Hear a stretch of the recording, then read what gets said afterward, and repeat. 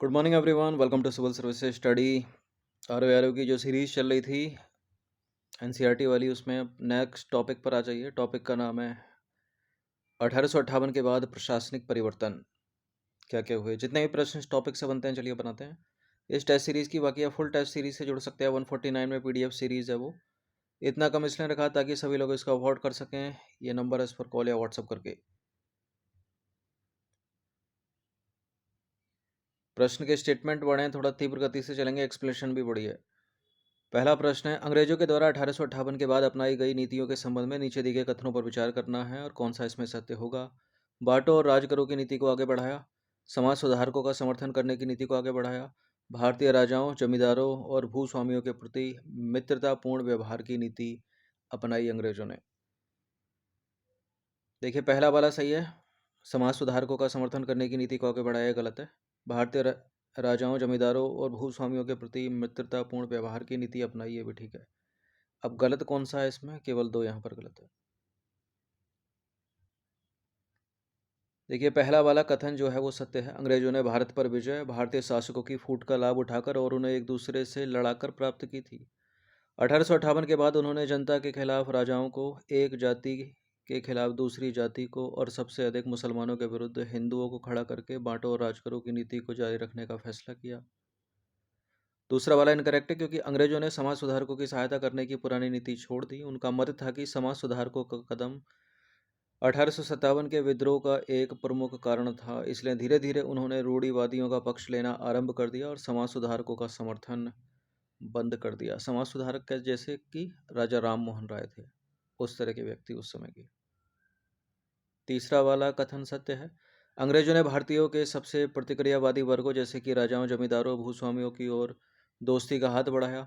इन वर्गों का अंग्रेजों ने उभरते हुए जन आंदोलनों और राष्ट्रवादी आंदोलनों के खिलाफ उपयोग करने का प्रयास किया। यहाँ ब्रिटिशर लिखा है, ठीक है, लेकिन उच्चारण में अंग्रेज कर रहा हूँ, एक ही बात है।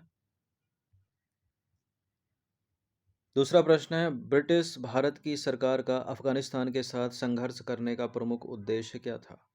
ठीक है, इंडिया का मैप सभी ने देखा होगा, और बगल में ही अफगानिस्तान है पश्चिम की तरफ। देखिए, ब्रिटिश भारत की सरकार का अफगानिस्तान के साथ संघर्ष करने का प्रमुख उद्देश्य था कि रूस की सामरिक चुनौती का सामना करना तथा मध्य एशिया में ब्रिटेन के व्यापारिक हितों को आगे बढ़ाना। ऑप्शन नंबर बी है इसका आंसर। अफगानिस्तान के साथ भारत की ब्रिटिश सरकार के दो युद्ध हुए। ब्रिटिश दृष्टिकोण से अफगानिस्तान की भौगोलिक स्थिति बहुत ही महत्वपूर्ण थी। रूस की ओर से संभावित सामरिक चुनौती का सामना करना तथा मध्य एशिया में ब्रिटेन के व्यापारिक हितों को आगे बढ़ाने के लिए अफगानिस्तान भारत की सीमा के बाहर एक महत्वपूर्ण देश था। तीसरा प्रश्न है, 19वीं सदी में बर्मा और ब्रिटिश भारत के टकराव के प्रमुख कारण थे। सीमा संबंधी झड़प, ब्रिटिश व्यापारियों की बर्मा के जंगली संसाधनों पर नज़र थी, ब्रिटिश वस्तुओं के लिए बर्मा का बाजार।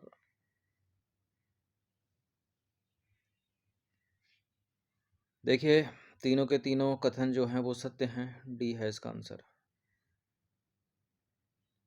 19वीं सदी में बर्मा और ब्रिटिश भारत का टकराव सीमा संधि संबंधी टकराव से शुरू हुआ, तो पहला वाला सही है।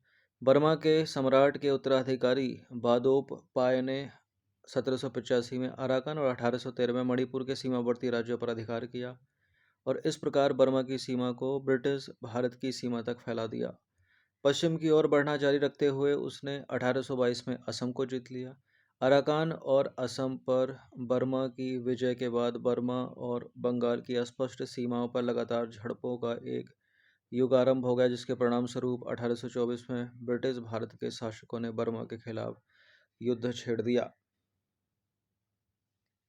ठीक है, इन सभी एक्सप्लेनेशन से जो आगे प्रश्नों में मिलेगी, धीरे धीरे कैसे देखेंगे कि भारत का कैसे विस्तार होता है।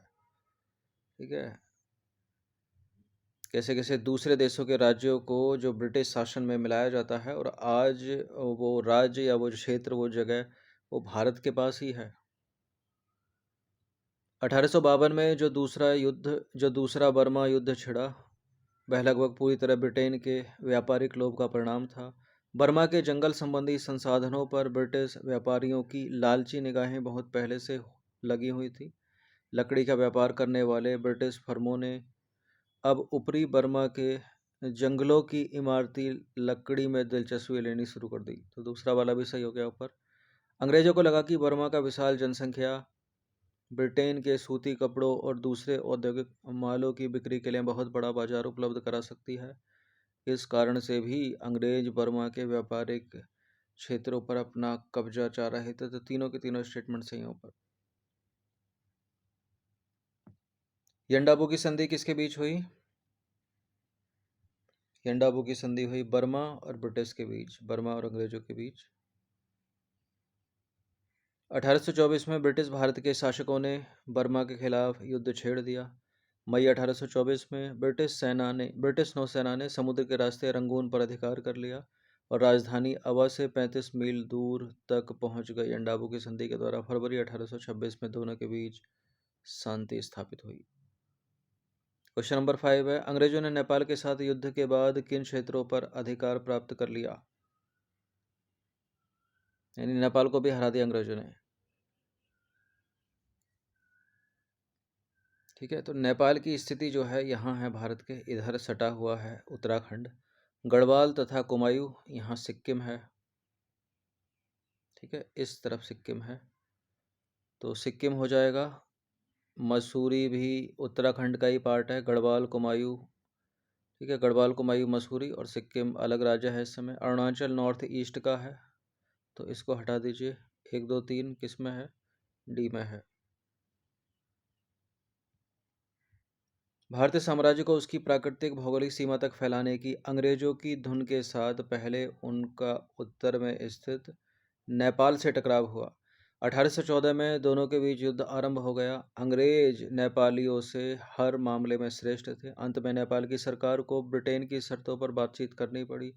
नेपाल को गढ़वाल तथा कुमायूं के जिले छोड़ने पड़े तथा तराई के क्षेत्रों पर भी अपना दावा त्यागना पड़ा। उसे सिक्किम से भी हट जाना पड़ा। इस समझौते से भारतीय साम्राज्य हिमालय तक फैल गया।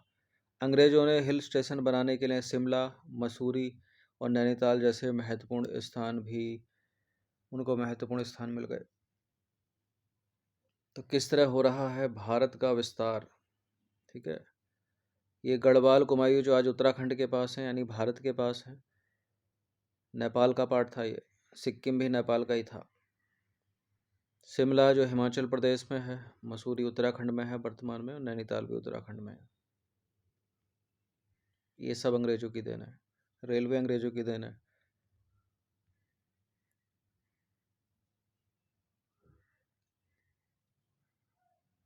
उपनिवेश भी अंग्रेजों की देन है। ठीक है, बांटो और राज करो की नीति अंग्रेजों की देन है।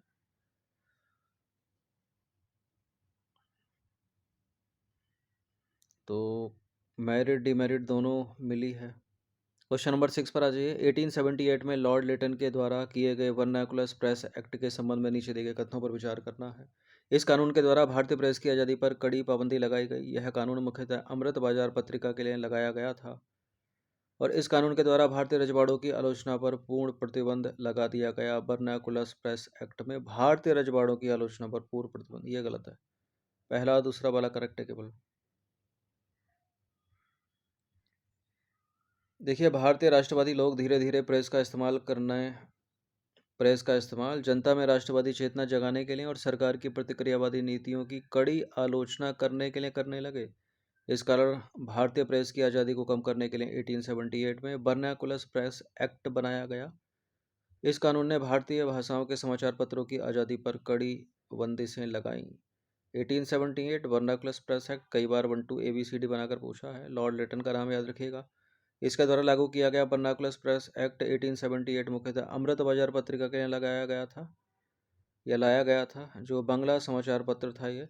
और इससे बचने के लिए ये जो है रातों रात अंग्रेजी भाषा की पत्रिका में बदल गई थी। ये प्रश्न पूछा भी है, निम्नलिखित में से कौन सी पत्रिका वर्नाकुलर प्रेस एक्ट से बचने के लिए रातों रात अंग्रेजी भाषा की पत्रिका में बदल गई? तो अमृत बाजार पत्रिका। निम्नलिखित में से किसे भारतीय प्रेस का मुक्तिदाता कहा जाता है? यह है Charles Metcalfe, option number A. 1835 में चार्ल्स मैटकॉफ ने भारतीय प्रेस को प्रतिबंधों से मुक्त कर दिया था। इस कदम का शिक्षित भारतीयों ने उत्साहपूर्वक स्वागत किया था। इसी कारण मैटकॉफ को भारतीय प्रेस का मुक्तिदाता कहा जाता है। क्वेश्चन नंबर 8 पर आ जाइए। भारतीय मजदूरों की दशा सुधारने के संबंध में 1881 में बना पहला इंडियन फैक्ट्री एक्ट 1891 में बना दूसरा इंडियन फैक्ट्री एक्ट को किन औद्योगिक क्षेत्रों में लागू नहीं किया गया? चमड़ा उद्योग में किया गया, वस्त्र उद्योग में किया गया, इस्पात उद्योग में किया गया, कॉफी तथा चाय तथा कॉफी के बागान उद्योग में नहीं। देखिए, श्रम सुधार के क्षेत्र ब्रिटिश सरकार द्वारा पहला इंडियन फैक्ट्री एक्ट 1881 में बनाया गया जो बाल श्रम से संबंधित था, तथा दूसरा इंडियन फैक्ट्री एक्ट 1891 में बनाया गया जो मजदूरों को साप्ताहिक छुट्टी तथा महिलाओं को काम के घंटे सुनिश्चित करने से संबंधित था। ठीक है, 10 साल के गैप में दूसरा बना दिया गया। चाय और कॉफ़ी के जिन बागानों के मालिक अंग्रेज थे उन पर इन दोनों में से कोई भी कानून नहीं लगाया गया। उल्टे विदेशी बागान मालिकों को मजदूरों का अधिक निर्मम शोषण करने में सरकार ने हर तरह से सहायता की। 19वीं सदी में ब्रिटिश सरकार द्वारा अपनाए गए श्रम सुधारों का प्रमुख कारण था ब्रिटिश उद्योगपतियों का दबाव। Option number C. 19वीं सदी में आधुनिक कारखानों और बागानों के मजदूरों की हालत बहुत दयनीय थी। यूं तो भारत की ब्रिटिश सरकार पूंजीपतियों की समर्थक थी, पर फिर भी उसे आधुनिक कारखानों की बुरी स्थिति के प्रभावों को कम करने के लिए आधे मन से कुछ कदम उठाने पड़े जो एकदम अपर्याप्त थे। इन कारखानों में से अधिकांश भारतीयों के थे। ब्रिटेन के उद्योगपति श्रम सुधारों के लिए दबाव डाल रहे थे क्योंकि उन्हें डर था कि भारत में मजदूरी कम होने के कारण भारतीय उद्योगपति भारतीय बाजार में उन्हें जल्द ही प्रतियोगिता में पीट देंगे। भारत में श्रम सुधार संबंधी पहला कानून इंडियन फैक्ट्री एक्ट 1881 में बना। यह मुख्यतः संबंधित था, ऊपर एक्सप्लेनेशन भी थी, बाल श्रम सुधारों से। भारत में पहला इंडियन फैक्ट्री एक्ट 1881 में बनाया गया और यह कानून मुख्यतः बाल श्रम सुधारों से संबंधित था। इसमें कहा गया कि 7 वर्ष से कम उम्र के बच्चों को कारखानों में नहीं लगाया जाएगा और 7 से 12 वर्ष तक के बच्चों से प्रतिदिन 9 घंटे से अधिक काम नहीं लिया जाएगा। क्वेश्चन नंबर 11 पर आ जाइए। 11वीं शताब्दी के उत्तरार्ध में अंग्रेजों द्वारा शिक्षित भारतीयों के प्रति अपनाई गई शत्रुता की नीति के प्रमुख कारण क्या थे? जो भारतीय थे वो पढ़ लिख कर ब्रिटिश शासन के साम्राज्यवादी चरित्र का विश्लेषण करने लगे थे और भारतीय राष्ट्रीय कांग्रेस की स्थापना उन्होंने कर दी थी। अंग्रेजों के खिलाफ सशस्त्र संघर्ष तो हुआ नहीं था उस समय तक। आधुनिक काल कारखानों की स्थापना ये भी नहीं है, तो दूसरा तीसरा है यहाँ पर, केवल दूसरा ही तीसरा कथन सत्य है। 1833 के बाद भारत सरकार ने आधुनिक शिक्षा को जमकर प्रोत्साहित किया। 1857 के विद्रोह में शिक्षित भारतीयों के भाग न लेने पर अनेक अंग्रेज अधिकारियों ने उनकी प्रशंसा की, परंतु शिक्षित भारतीयों के प्रति यह अनुकूल सरकारी दृष्टिकोण जल्द ही बदल गया। इसका कारण है अनेक लोग हाल में प्राप्त आधुनिक ज्ञान का उपयोग करके ब्रिटिश शासन के साम्राज्यवादी चरित्र का विश्लेषण करने लगे थे और उन्होंने प्रशासन में भारतीयों की भागीदारी की मांग सामने रखी थी। इसलिए जब वे जनता के बीच राष्ट्रवादी आंदोलन का संगठन करने लगे और 1885 में भारतीय राष्ट्रीय कांग्रेस की स्थापना की तो अधिकारी उच्च शिक्षा के पक्के दुश्मन बन बैठे। अंग्रेज अधिकारी। 12वां प्रश्न, निम्नलिखित कथनों पर विचार करेंगे। दो कथन है यहाँ पर। 1858 में ब्रिटिश संसद द्वारा कानून बनाकर भारत का शासन ब्रिटिश सम्राट को दे दिया गया। 1858 के कानून के तहत भारत में शासन का अधिकार वायसराय को दे दिया गया। देखिए, पहला वाला गलत सही है, दूसरा वाला गलत है। वायसराय को नहीं बल्कि भारत सचिव को दे दिया गया। 1858 में ब्रिटिश संसद द्वारा पारित एक कानून के तहत शासन का अधिकार ईस्ट इंडिया कंपनी से लेकर ब्रिटिश सम्राट को दे दिया गया। 1858 के कानून से पहले भारत पर सत्ता कंपनी के डायरेक्टरों और बोर्ड ऑफ कंट्रोल पर की थी, पर अब शासन का भार जो है ब्रिटिश सरकार के एक मंत्री अथवा सेक्रेटरी ऑफ स्टेट या भारत सचिव को दे दिया गया। यह भारत सचिव ब्रिटिश कैबिनेट का सदस्य होता था और संसद के प्रति उत्तरदायी होता था। इस तरह भारत पर सत्ता अंततः किसके हाथों में थी? ब्रिटिश संसद के हाथों में थी। आज भी संसद के हाथों में है, लेकिन वो भारतीय संसद है, भारतीयों की संसद है। ठीक है, जनता के द्वारा वोट देकर बैठाए गए लोग उस संसद में बैठते हैं कहने को। चलिए क्वेश्चन नंबर 13 पर आ जाइए। 1857 के विद्रोह के बाद अंग्रेजों द्वारा भारतीय रजवाड़ों के संबंध में अपनाई गई नीति के संबंध में नीचे दिए गए कथनों पर विचार करेंगे। भारतीय राज्यों को हड़पने की नीति का त्याग कर दिया गया। उत्तराधिकारी गोद लेने के अधिकार को मान्यता प्रदान की गई। बिल्कुल, भारतीय राज्यों की हड़पने की नीति जो है वो त्याग कर दी गई, और दूसरा वाला भी जो है करेक्ट है। तो दोनों के दोनों सही हैं, सी है इसका आंसर। उत्तराधिकारी गोद लेने के अधिकार को मान्यता प्रदान की गई। देखिए 1857 के पहले अंग्रेज भारतीय राज्य हड़पने का कोई अवसर नहीं चूकते थे। 1857 के विद्रोह के बाद यह नीति छोड़ दी गई। अनेक भारतीय शासक अंग्रेजों के वफादार ही नहीं रहे, बल्कि विद्रोह को कुचलने में उनकी सक्रिय सहायता भी की। और इन शासकों की वफादारी का ब्रिटिश सरकार ने इनाम इस घोषणा के रूप में दिया कि उनके उत्तराधिकारी गोद लेने के अधिकार को मान्यता दी जाएगी और भविष्य में उनके राज्यों का कभी अधिग्रहण नहीं किया जाएगा। इंडियन सिविल सर्विसेज की परीक्षा को उत्तीर्ण करने वाला पहला भारतीय कौन था? सत्येंद्र नाथ टैगोर या ठाकुर? ब्रिटिश औपनिवेशिक काल में प्रशासन में अधिकार और उत्तरदायित्व के सारे पदों पर इंडियन सिविल सर्विसेज के सदस्य ही नियुक्त होते थे। 1863 में परीक्षा उत्तीर्ण करने वाले पहले भारतीय सत्येंद्र नाथ ठाकुर थे, जो रविन्द्रनाथ ठाकुर या टैगोर के बड़े भाई थे। Question number 15। 1857 के विद्रोह के बाद ब्रिटिशरों ने यानी अंग्रेजों ने किन्हें लड़ाकू जाति घोषित किया?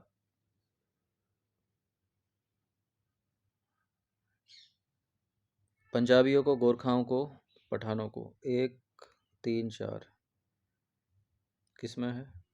बी में। देखिए 1857 की क्रांति के बाद सेना की भर्ती में जाति, क्षेत्र और धर्म के आधार पर भेदभाव किया जाने लगा। यह कहानी गढ़ी गई कि भारतीयों में कुछ लड़ाकू जातियां हैं और कुछ गैर लड़ाकू जातियां हैं। सब अंग्रेजों ने किया था ये। अवध, बिहार, मध्य भारत और दक्षिण भारत के सैनिकों ने ही आरंभ में अंग्रेजों की भारत विजय की सहायता की थी, पर 1857 के विद्रोह में उनके भाग लेने के कारण उनको गैर लड़ाकू घोषित कर दिया गया। अब बड़ी संख्या में उनको सेना में भर्ती करना बंद कर दिया गया। दूसरी ओर विद्रोह को कुचलने में सहायता देने वाले पंजाबियों, गोरखों और पठानों को लड़ाकू जाति घोषित किया गया और इनको बड़ी संख्या में सेना में भर्ती किया जाने लगा। क्वेश्चन नंबर 16 पर आ जाइए। 1857 की क्रांति के बाद के पुनर्गठन के संबंध में कौन सा कथन असत्य है? सेना में भारतीयों के मुकाबले यूरोपियों का भाग बढ़ा दिया गया। भौगोलिक और सैनिक महत्व के स्थानों पर केवल यूरोपीय सैनिकों को तैनात किया गया। अधिकारी वर्ग में भारतीय सैनिकों को भी शामिल किया जाने लगा। अधिकारी वर्ग में और भारतीय सैनिकों को शामिल नहीं, यही गलत हो गया। सेना में भर्ती जाति, धर्म और क्षेत्र के आधार पर की जाने लगी। सी गलत है। तीसरा वाला गलत है, क्योंकि अंग्रेजों ने 1858 के बाद सेना का सावधानी के साथ पुनर्गठन किया, जिसका उद्देश्य था विद्रोह न होने देना। अधिकारी वर्ग से भारतीयों को बाहर रखने की पुरानी नीति का सख्ती से पालन किया गया। 1914 तक कोई भी भारतीय कभी सूबेदार के पद के ऊपर न उठ सका। भारत में स्थानीय स्वशासन का आरंभ किस वायसराय के काल में हुआ? स्थानीय स्वशासन का पिता कहा जाता है लॉर्ड रिपन को। देखिए स्थानीय स्वशासन की दिशा में बहुत हिचकिचाते हुए एक कदम 1882 में लॉर्ड रिपन की सरकार ने उठाया। एक सरकारी प्रस्ताव में ग्रामीण, नगरीय और स्थानीय संस्थाओं द्वारा, जिनके अधिकांश सदस्य गैर अधिकारी हों, स्थानीय मामलों के प्रबंध की एक नीति निर्धारित की गई। क्वेश्चन नंबर 18 पर आ जाइए। 1861 के इंडियन काउंसिल एक्ट के तहत गठित इंपीरियल लेजिस्लेटिव काउंसिल के संबंध में कौन सा कथन गलत है? इस काउंसिल को कोई वास्तविक अधिकार प्राप्त नहीं था। यह एकमात्र सलाहकार समिति थी। भारतीय बजट पर इसका कोई नियंत्रण नहीं था। इस काउंसिल का गठन गवर्नर जनरल की एग्जीक्यूटिव काउंसिल पर नियंत्रण रखने के लिए किया गया था। इंपीरियल लेजिस्लेटिव काउंसिल सलाहकार समिति थी। भारतीय बजट पर कोई नियंत्रण नहीं था इसका। ठीक है। इस काउंसिल को कोई वास्तविक अधिकार प्राप्त नहीं था। ये तीनों के तीनों कथन सत्य है। इस काउंसिल का गठन किया गया था एग्जीक्यूटिव काउंसिल पर नियंत्रण रखने के लिए नहीं, बल्कि गवर्नर जनरल की एग्जीक्यूटिव काउंसिल को और अधिक अधिकार देने के लिए और शक्ति देने के लिए। चौथा कथन असत्य है। 1861 के इंडियन काउंसिल एक्ट में गवर्नर जनरल की काउंसिल के कानून बनाने की शक्ति को बढ़ा दिया गया, ठीक है, ना कि नियंत्रण, और इसे इंपीरियल लेजिस्लेटिव काउंसिल नाम दिया गया। इंपीरियल लेजिस्लेटिव काउंसिल को कोई वास्तविक अधिकार प्राप्त नहीं था। यह सलाहकार समिति थी जो सरकार की पूर्व अनुमति के बिना भी किसी भी महत्वपूर्ण प्रश्न में प्रशासन के कार्यों पर विचार नहीं कर सकती थी। दूसरे शब्दों में लेजिस्लेटिव काउंसिल का एग्जीक्यूटिव काउंसिल पर कोई नियंत्रण नहीं था। तो ऊपर के तीनों करेक्ट है, नीचे का डी असत्य है। 19वीं सदी की प्रेसिडेंसी और प्रांतीय सरकारों के संबंध में नीचे दिए गए कथनों पर विचार कीजिए। प्रांतीय सरकारों को प्रेसिडेंसियों की सरकारों से अधिक शक्ति प्राप्त थी। प्रांतों का शासन गवर्नर जनरल द्वारा चलाया जाता था। देखिए, प्रांतीय सरकारों के पास कम शक्ति थी, प्रेसिडेंसियों की सरकारों के पास अधिक शक्ति थी। गलत है पहला वाला स्टेटमेंट और दूसरा वाला भी गलत है। दोनों के दोनों गलत है, दोनों के दोनों असत्य हैं, क्योंकि प्रेसिडेंसियों का प्रशासन एक गवर्नर 3 सदस्यों वाली काउंसिल की सहायता से चलाता था, जबकि दूसरे प्रांतों का शासन गवर्नर जनरल द्वारा नियुक्त लेफ्टिनेंट गवर्नर और चीफ कमिश्नर चलाते थे। भारत में शासन की सुविधा के लिए अंग्रेजों ने इसे प्रांतों में बांटा हुआ था, जिसमें से बंगाल, बिहार और बम्बई प्रांतों को प्रेसिडेंसी कहा जाता था।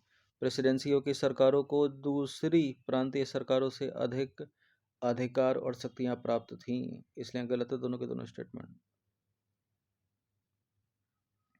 21 प्रश्न है इस टॉपिक में। ब्रिटिश काल में किन प्रांतों को प्रेसिडेंसी कहा जाता था? बंगाल प्रेसिडेंसी, बम्बई प्रेसिडेंसी, सी है इसका आंसर।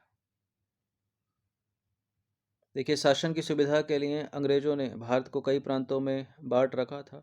इनमें से बंगाल, मद्रास और बम्बई प्रांतों को प्रेसिडेंसी कहा जाता था। इन प्रेसिडेंसियों का प्रशासन गवर्नर 3 सदस्यों वाली एक काउंसिल की सहायता से चलाता था और उनकी नियुक्ति कौन करता था?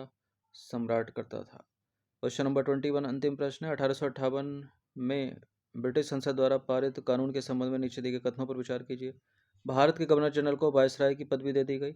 गवर्नर जनरल के साथ एक एग्जीक्यूटिव काउंसिल यानी कार्यकारी परिषद का गठन किया गया। गवर्नर जनरल एग्जीक्यूटिव काउंसिल के महत्वपूर्ण फैसले मानने के लिए बाध्य था। ठीक है, बाध्य नहीं था वो।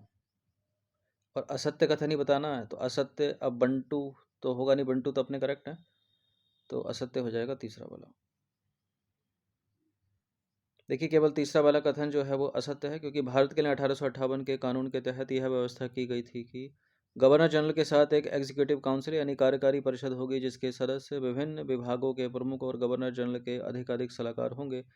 यह काउंसिल सारे महत्वपूर्ण विषयों पर विचार करके बहुमत से निर्णय लेती थी। हालांकि गवर्नर जनरल काउंसिल के किसी भी महत्वपूर्ण फैसले को रद्द कर सकता था। इस टॉपिक से निकलते हैं 21 प्रश्न, इंपॉर्टेंट है, इनकी प्रैक्टिस कर लीजिएगा। फुल टेस्ट सीरीज जो कि पीडीएफ फॉर्मेट में, इन सभी की full test series PDF format में पेड टेलीग्राम ग्रुप से आप जुड़ सकते हो। नंबर इस पर कॉल या व्हाट्सअप करके। 149 का काफ़ी समय से ऑफर चल रहा है पूरे साल के लिए, आप ज्वाइन कर सकते हैं। सब्सक्राइब रखना सिविल सर्विसेज स्टडी चैनल को। धन्यवाद।